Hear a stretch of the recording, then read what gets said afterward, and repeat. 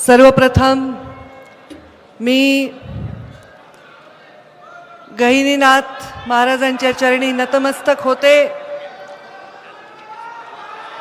आणि आवाज नाही, माझा आवाज कोणाकोणाला येत नाही हात वर करा. आवाज यायला ना. आमच्या सर्वांचे श्रद्धास्थान श्री संत वामनभाऊ महाराज यांच्या चरणी नतमस्तक होते.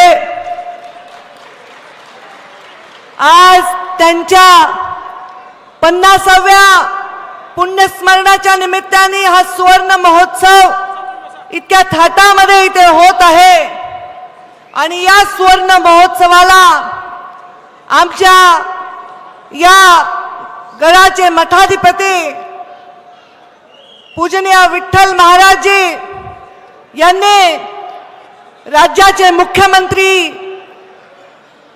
देवेंद्रजी फडणवीस यांना पाचारण केलेलं आहे. देवेंद्रजी फडणवीस हे गेले काही वर्ष वामनभाऊच्या दर्शनाला सातत्याने येत आहेत.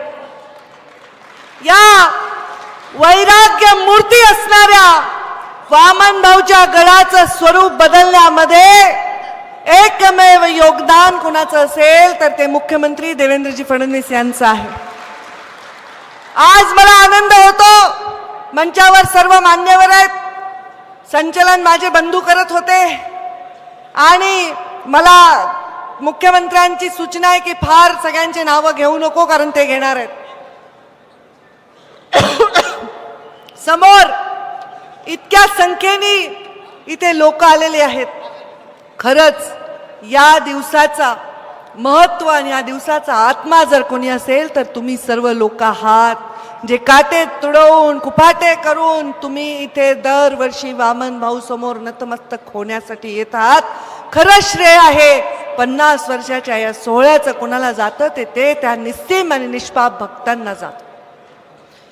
मुख्यमंत्री महोदय, आमच्या डोंगर कपारीमध्ये जेव्हा माणूस माणसासारखा वागत नव्हता तेव्हा वामनभाऊ आणि भगवान बाबांनी माणसाला माणूस करण्यासाठी एक आम्हाला सगळ्यांना एक संस्कार दिला आणि तो संस्कार आहे हे सप्ते करणं, गावांनी एकत्र येणं, मोठ्या प्रमाणामध्ये त्यांचं पुण्यस्मरण करत करत अजूनही आम्ही तो संस्कार जिवंत ठेवतो.